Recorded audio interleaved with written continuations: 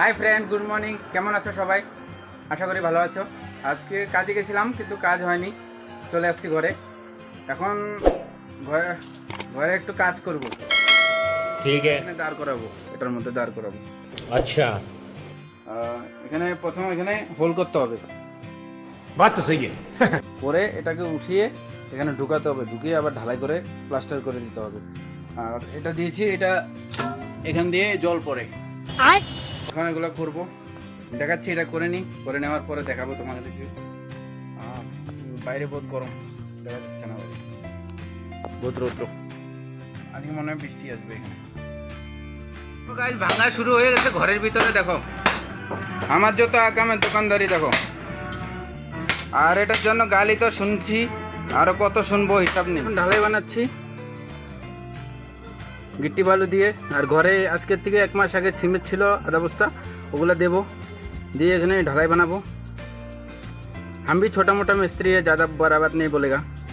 Women। এখানে কুয়া বানিয়ে দিচ্ছি। এখন এই গুঁড়োটা এটার ভিতরে আসবে, এসে ঢালাই দেবো।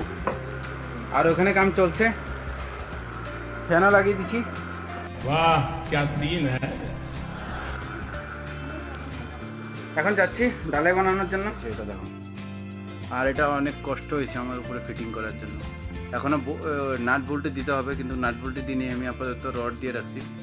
এটা একটু শুকানোর পরে তারপরে আমি নাট বল্টু নিয়ে আসবো। এখন নাট বল্টু আনিনি, এটা ঢালাই দিয়ে দিচ্ছি। এখন মুছিনি, একটু টানুক জলটা, টানার পরে একটু শুকাবে যখন, তখন মুছে দেবো আমি। দেখো গাছ, এটার ফাইনাল লুকটা দেখো। এটা হলো ঝুলার। আর উপরে ফিটিং করতে আমার একটু কষ্ট হয়েছিল, কারণ উপরে বাটামটার সাথে ফিক্সড হয়নি। তারপরে আমার বাটাম কেটে ওটাকে বসাতে হয়েছে।